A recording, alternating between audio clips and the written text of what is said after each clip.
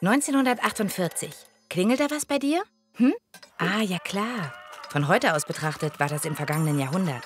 Die Generation von Oma und Opa. Man munkelt, dass sich damals sogar noch ein paar Dinosaurier in den Tiefen von Höhlen versteckt haben. Aber ganz sicher ist sich ja auch keiner. Damals war gerade erst der Zweite Weltkrieg vorbei. Mit 70 Millionen Toten der schlimmste Krieg der Geschichte.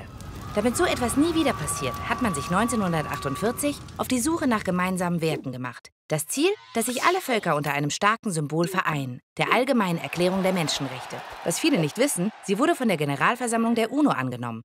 Und es ist der am häufigsten übersetzte Text der Welt.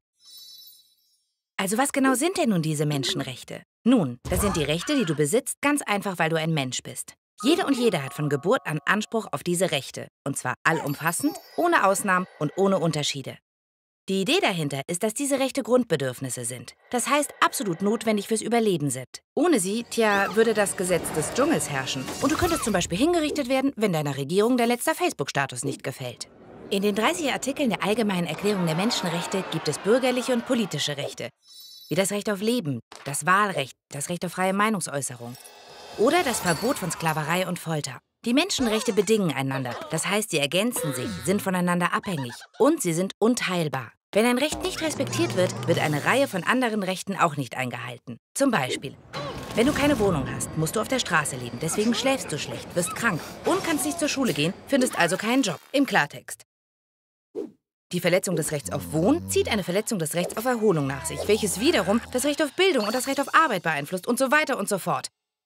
Das sind die ökonomischen, sozialen und kulturellen Rechte.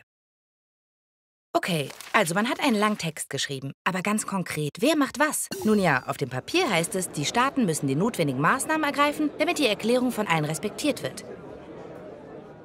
Aber die Wirklichkeit sieht halt oft anders aus.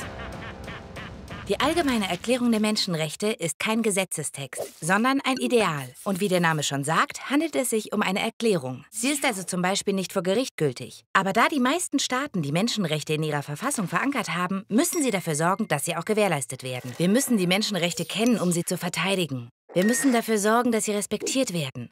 Jeder und jede muss Verantwortung übernehmen, damit es allen gut geht. Lasst uns deshalb gemeinsam dazu beitragen. Jeder auf seine eigene Art, um gegen Ungerechtigkeiten zu protestieren und die Idealvorstellung von universellen Rechten Wirklichkeit werden zu lassen.